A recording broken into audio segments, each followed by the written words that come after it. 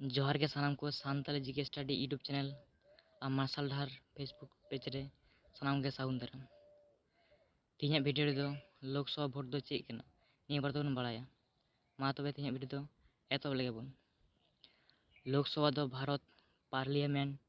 रेया लातार सभा कना नवा सभा रेन सदस्य को दो दिसुआ को होतेते को बाछनो गे इरेल बछर खन चेतान उमेर हर को भोट को एम दाड़िया लोकसभा रेया बाछन से भोट दो मोड़े बछर छाड़ा रे हुआ जहाँ कोड़ा हपन से तिरले हपना बारगेल मोड़े बछर से ओना खन बाड़ती बयस हुई को उनीगे लोकसभा लागित ए तिंगु दाड़िया उनी दो जहाँ राजआरी दल रिनिज ए हुई दाड़िया बांखान स्वतंत्र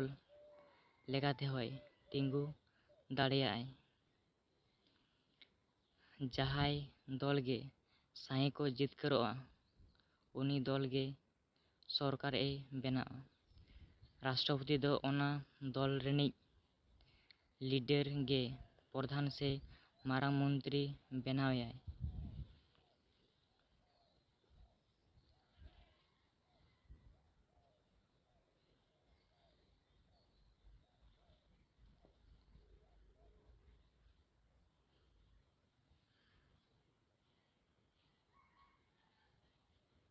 आ प्रधानमंत्री या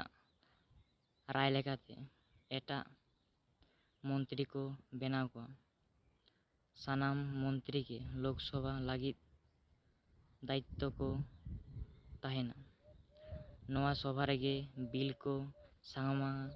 आर गालोच काते आईन को बेनावा आर दिसोम